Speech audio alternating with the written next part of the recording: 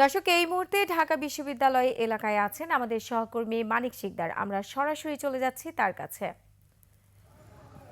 মানিক, আপনি তো নিশ্চয়ই আমাকে শুনতে পাচ্ছেন। মানিক, সাম্য হত্যার বিচার দাবিতে শাহবাগ থানা তো ঘেরাও হয়েছে, তো এই মুহূর্তে সর্বশেষ পরিস্থিতি কি আছে আপনার কাছে, বিস্তারিত আমাদেরকে জানান।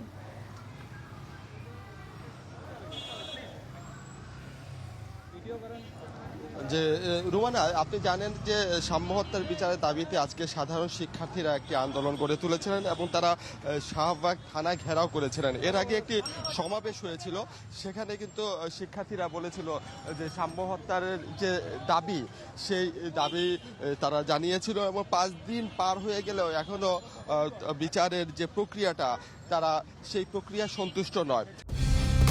কালার এক্সপার্ট, জর্জ স্যাপ এবং মাইল্ড অন হ্যান্ডস টেকনোলজি সমৃদ্ধ অরিক্স ক্রিস্টাল ওয়াশ আপনার লন্ড্রি এক্সপার্ট। সেই কারণে শিক্ষার্থীরা মূলত রাজু ভাস্কর্য যে চত্বরটি ঢাকা বিশ্ববিদ্যালয়ের টিএসসিতে, সেখানে তারা সমবেত হয়েছিল এবং সেখানে তারা বিক্ষোভ প্রদর্শন করেছেন।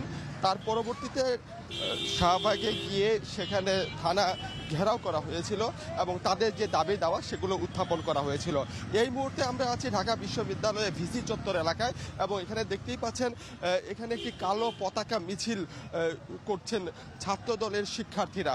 বিশেষ করে তারা যে 48 ঘন্টার আলটিমেটাম দিয়েছিলেন সেটা পার হয়ে গেছে এবং যার কারণে তারা বলছেন যে এই যে তাদের দাবি, অর্থাৎ সাম্য হত্যার যে বিচারের দাবিতে এবং দ্রুত যে মূল অপরাধী যারা আছে তাদেরকে গ্রেফতার করার জন্য যে তাদের দাবি, সেই দাবি এখনো বাস্তবায়িত হয়নি বলে তারা মনে করছেন। আমরা তাদের সাথে কথা বলেছি এবং শিক্ষক যারা আছেন, শিক্ষার্থী যারা আছেন, বিশেষ করে ভিসি মহোদয়, উনি যেটা বলেছেন, যেভাবে আন্দোলন বা যেভাবে এইটাকে নিয়ে রাজনীতিকীকরণ করা হচ্ছে সেটার সাথে তিনি একটু দ্বিমত পোষণ করেছেন এবং বলেছেন যে সাম্য হত্যার বিচারটাকে সুষ্ঠু করতে হলে এবং সুষ্ঠু তদন্তের মাধ্যমে তারা একটি তদন্ত কমিশনও গঠন করেছে বিশ্ববিদ্যালয়ের পক্ষ থেকে। এছাড়া পুলিশের সাথেও তারা যোগাযোগ করছে।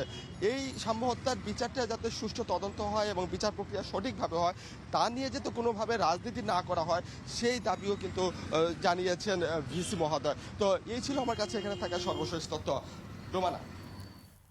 মানিক, আপনাকে ধন্যবাদ।